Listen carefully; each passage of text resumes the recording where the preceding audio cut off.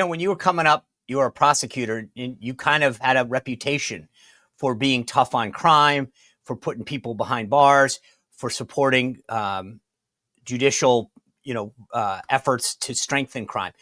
You are a tried and true Democrat. When did it change that it became cool to not be for law and order? Because I just don't. I've always said, Governor, and you can tell me if I'm wrong. I said elections are won on two basic things: personal safety and economic security, right? So does somebody feel safe walking around their neighborhood? Do they feel safe economically, that they can put money away, right? I've always believed those are the two fundamental issues that get people to support you or vote against you. And I'm blown away that we've now entered a period of time where the national Democratic position is we will fight efforts to keep people safe. Sean, you say I was tough on crime. I like to think I was smart on crime, because I don't think being tough on crime alone is the answer. Every case is different. Every circumstance is different. That's what I learned when I was a prosecutor. And those cases need to be judged on a case-by-case basis. Some are wicked, evil people. They need to be dealt with harshly. Some made mistakes. The considerations of mercy, all of that should be part of it.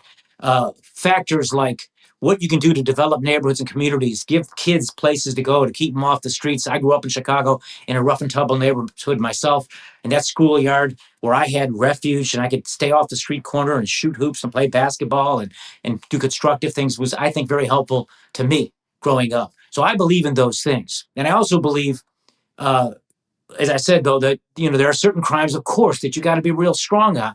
And it isn't to be so much vengeful as it is that you have to protect the public. That's the first duty.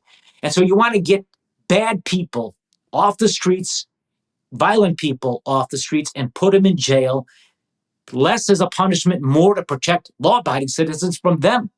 And we have a real problem with recidivism in the United States, repeat offenders, and there's a lot of reasons why that's the case.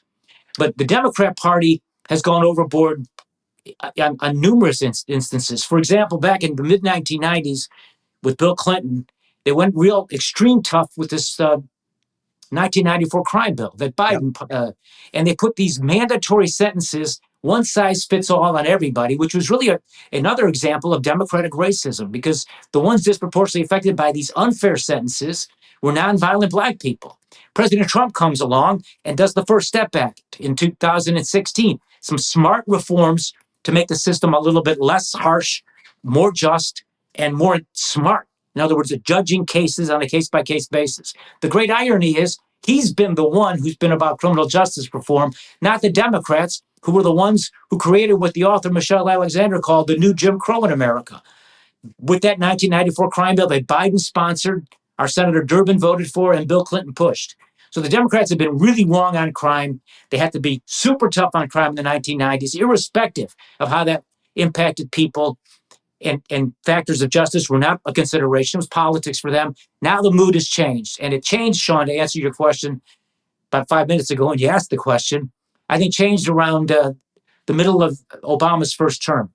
And the dynamic of Obama promised, I thought, a way to unite the country. We had a historic thing, electing the first Black president in America. What a great opportunity to bring our country together. But he decided to do what the Democrats have become known for now, play politics on everything, including race. And rather than be a leader to bring people together, he uses power to divide people and create great distrust in the police, among the Black community and others towards the police, which has been unhelpful, because there are some bad cops, of course, but largely, overwhelmingly, the police are great public servants who work in inherently dangerous jobs. Their families are vulnerable to what might happen to them. They have to deal with criminals every single day, and that's not an easy thing. I know what that's like for 2,896 days. And then they have the politicians run from them. And the fact that they're outnumbered by gangbangers here in Chicago 10-1. God bless the police. God bless the police. As I'm listening to you talk, Governor, are you still a Democrat?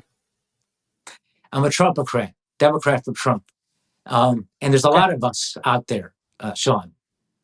All right, guys, I hate to interrupt this conversation, but if you're loving the Sean Spicer Show, maybe you want something to snack on, join me in getting a great snack in masa chips. These things are unbelievable. No seed oils, just 3 ingredients, and I'm telling you, they've got a ton of great flavors. Original, blue, lime, habanero. Oh, it's amazing. Every one of them is great. You can dip them. They're amazing. Go to massachips.com/Sean, S-E-A-N, massachips.com/Sean. Use code word Sean, spelled the right way, S-E-A-N, to get 25% off. All right, back to this great conversation. And remember, if you're watching the Sean Spicer Show, the official chip, massachips.com/Sean, code word Sean. It's interesting, though, because I feel like you are somebody who still believes in the core tenets of the Democratic Party, but that you see this poll, and it happened the last election, where a lot of people who say, I grew up on maybe a Kennedy Democrat, felt pulled away. I always thought the one thing that people missed during the last election was Trump saying over and over again, and you're touching on this, is that he would say these policies that I'm proposing aren't necessarily Republican or conservative policies. Right. They're common sense, like tariffs, NATO, crime. It's like, why wouldn't we do this? It shouldn't be a partisan thing. And I've always thought like crime and, military things and NATO and tariff and trade should be kind of not political things, but you're right. It's more of the common sense thing that's moving away than anything else. When I was coming into politics and growing up and getting active in it, I saw the Democratic Party well, first of all, in Chicago, it's the only option, even when I was coming up. But I saw it as the party that was on the side of the little guy. Basically, that was it, like my parents were working people. And, for the most part, I think compared to the corporate country club Republican Party, of McCain and the Cheneys and Bush and, that party, the Democrats were the only game in town. Trump has changed everything. And as Ronald Reagan did a little bit in the 1980s, he was doing it too. But Trump has dramatically changed it. And he's turned this Republican Party away from what it once was, this elite country club corporate party, into a party of working people. It really has made everyday working people the priority. And he's making Black people and Latino families the priority. The immigration issue is a tough issue on a human level, but how could that be wrong? The fact is that people who break into our country illegally, they need to be sent back home. Now, you want to be compassionate with the people that came, but even on that, Sean, I blame the Democrats. Biden and Obama, less so Obama, but way more Biden and this new Democrat Party basically put a sign up and said, come on, anybody in Latin America, it doesn't matter what the law is, break into our country. We'll take care of you here. And those poor people came on the promise of the Democrats. And now they're facing hardships, but they must, because among them were hundreds of thousands of criminals, hardcore criminals who are killers and fentanyl dealers and child traffickers, sex traffickers. That's a fact. And now the Democrat Party, too, is on the side of them. Yeah. So you ask me, what am I? Well, I ain't this kind of Democratic Party, that's for sure. I'm a Trumpocrat. Working class Democratic values, supporting President Trump. We believe in God. We believe in family. We believe in hard work. We believe in opportunity to chase the American dream. And we love America. And we don't like people who burn the flag. Do you see a day in your lifetime where a Republican could be mayor of Chicago? I do. And the reason I say that is because, first of all, our elections, though, are nonpartisan. So you can just put your name on a ballot. You don't have to even declare your party. But let's say a known Republican got on the ballot. Do I think that could happen? I do. And it not impossible. It happened as soon as 2027, which is the next mayor's race. Consider if Brandon Johnson continues to do the terrible job he's doing right now. The last time we had pardon me? No, he's got a 6% approval rating. I could beat him and not even live in Chicago. I mean, it's on a one-on-one race. I mean, I've never seen a politician in my lifetime with a 6% approval rating. That means even your family's not with you. Yeah, but I'll say this: that's what it is now, and I'm not saying that he'll get reelected, but I'm almost certain he's going to run. He's going to have the same support he had in the last election among the powerful unions, the public employees unions, and the teachers union. They're the new Chicago machine now, so he will be competitive, I think. But the history tells us just this recent election that Lori Lightfoot was elected the first time with 71% of the vote, and she was such a terrible mayor. What did she get, like 17%? And the second time around, couldn't even make it into the runoff. Yeah. So that could happen to Brandon Johnson, but it's still far away. Yeah. And, if he wants to politically succeed, what he ought to do is just do the best job he can for the people. And the first thing would be to keep us safe. So with respect to keeping us safe, the president's kind of got two options. Well, three. He could do all of the above. He could get ICE and federal agents who, I mean, ICE and DEA and all that don't need, they are federal officers. They can go anywhere they want. They could really surge in Chicago and the surrounding area. He could send in the National Guard. I'm not a lawyer. You are. I will say I think there might be a little bit of pushback on the ability to federalize the National Guard into a city short of a declared insurrection. So if you putting your lawyer hat on for a second, what's the smart move for President Trump, both policy and politics wise? Well, I want to give a disclaimer to your viewers, Sean. I was a gentleman C scholar in law school. I got a C in constitutional law, and I did pass the bar exam the second time around. Okay. Fair. So having said that, we have historical precedent for the National Guard. It's President Kennedy in Alabama and George Wallace when he federalized it. So, there is historic precedent for it. With regard to, whether or not the elements of an emergency rise to the level of giving a president the opportunity to send in the National Guard over the objection of the mayor and the governor, I believe the president has that power and that authority, because I think a very strong case can be made that we have domestic terrorism going on in the city, with the gangbangers working with the Tren de Aragua and some of the illegal immigrant gangs that have come to Chicago seeking sanctuary in a sanctuary city. I think, too, the fact that our mayor and our governor have declared Chicago a sanctuary city is another element that can be argued in court. However, I'll say this. I've learned the hard way that too many of our courts are political. And President Trump has learned that with the persecution he went through. And it's a question of getting into the right court. So if this is the kind of case that goes all the way to the Supreme Court, I think President Trump has a good chance of being successful. But here in the 7th District, 7th Circuit, I'm not so sure, how that court would rule on this. But it is worth testing because, again, we're not talking about, some pedestrian issue. We're talking about life and death every single day, stopping murders every single day. That's the issue. To me, that's it. That's a compelling emergency. But the ICE agents have the full authority of the federal government to be going in and going anywhere they want. They don't need to ask. The National Guard, again, I'm not a lawyer, so I don't. You obviously, I think you and I'm the equivalent of you on the economy. I got a D in economics, and then ultimately got what I think they call the Circle D, which is like you're going to pass this course, but you really failed it, but you showed up enough. So I just think that the ICE thing to me would be the smart short-term move. But I also believe that, and you brought this up earlier, what he's done in Washington, D.C., I just think he should put a mirror in front of the people of Chicago and say, ladies and gentlemen of Chicago, I showed it could be done in Washington, D.C. If your mayor asks, I'll do this for you, but I need him to ask, and so demand it. I think that would be the smart political move. Well, he's done that with Pritzker. He's publicly asked Pritzker to call him and invite him in. So he has done that. I don't know that he's done that with Johnson yet, but yeah, I think you're right. That would be a good thing to do. But I'll say this again, too, about the law. I also believe that when Governor Pritzker gets out there and is encouraging people to basically resist ICE, that could arguably be obstruction of justice. You're talking about a federal law enforcement agency coming in to root out crimes, whether you are indifferent to the crimes or you actually support those crimes, the crime of breaking into our country.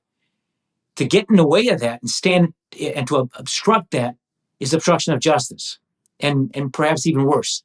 And so the one that's really running the risk of being on the wrong side of the law is Governor Pritzker when he's doing this. And he is inciting anger in the community, in our city, and playing on the anti-Trump sentiment, which is really the makeup of today's Democratic Party. So that, to me, is a very dangerous game. It's yet another disgraceful thing that Pritzker's doing on this life and death issue when we're talking about law and order crime and ending lawlessness and stopping murders. The president has been known from time to time to watch the show. So I hope that he takes that suggestion. I think that's fascinating.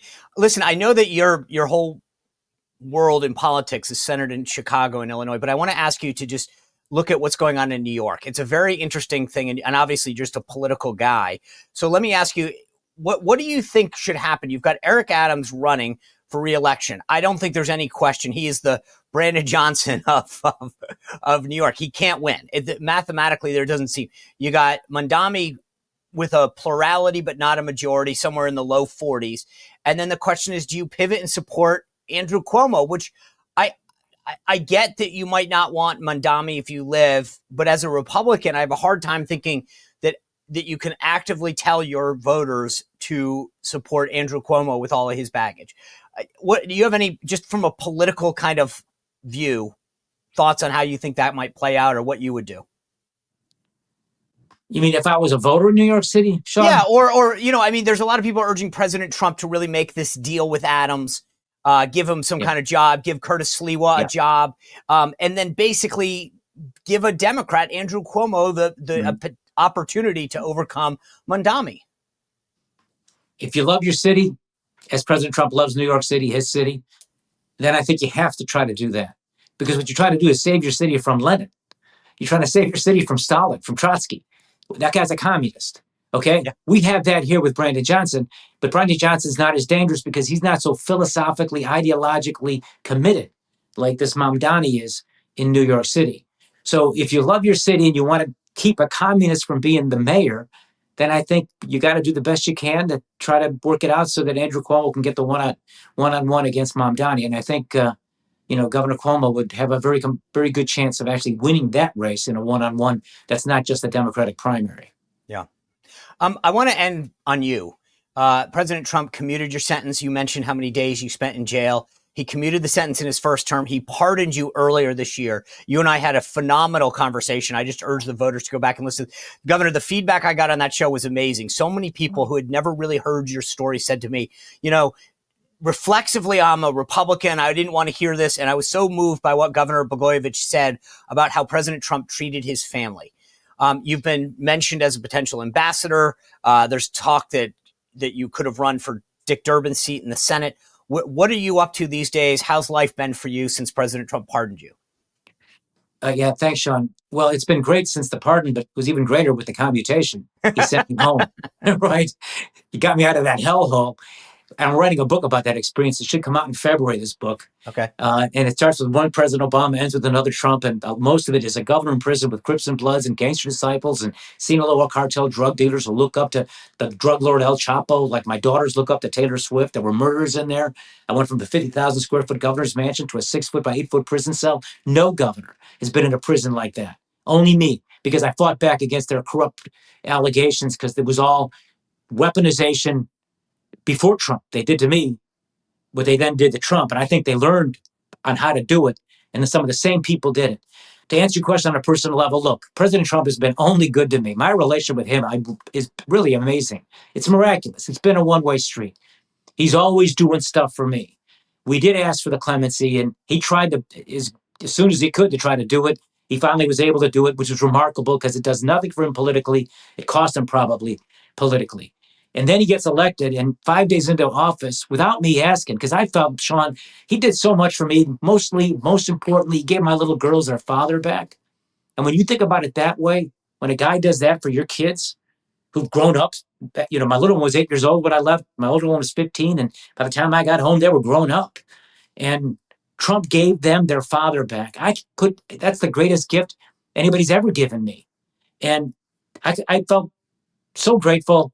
I deserve a pardon because of absolute innocence. I believe that, but I was never going to ask him because of how good he's been to me. And he just did it on his own, Sean, which is another example of what kind of a great effing guy Trump is on a personal level. So, look, life is great. I've been given a new beginning. My faith in God got me through all of it. My love for my family got me through all of it. It's the first letter to the Corinthians, chapter 13, St. Paul. Live always in faith, hope, and love, but above all, love gave me purpose to be strong, had to be strong. And it's basically an FU to my persecutors by being strong and coming out, fitter and smarter and wiser. But this new beginning is miraculous. And, when you've been in a hellhole like I've been for as long as I was, and you get out of that, I don't recommend that for good people to be in something like that. But if you are stuck there and eventually you get out of there, one good thing about that is, Sean, everything is good because everything there was bad. So in many ways, every day is a gift and every day is a blessing. Perspective matters. That's what I think you just said. And it's such a great thing because there are days when I think in a small way, today's not the greatest day, but it's better than any, I mean, so like Right. it's such a smart point. Governor Blagojevich, I really appreciate you sharing your time with us and your story. It's so insightful and on both political and then personal. So thank you very much. I'd love to get you back when you're ready to talk about the book more. Sounds great, Sean. Thanks for having me. When you come to Chicago, give me a heads up. I'll send some of my former security guys to make sure you're safe. When I say I'll take you up on that, trust me, I'll take you up on that. Thanks for being with us, Governor. Have a good night. Yep. Bye-bye. Well, if you enjoyed this content, make sure to like this video, subscribe, and click the notification bell to get more.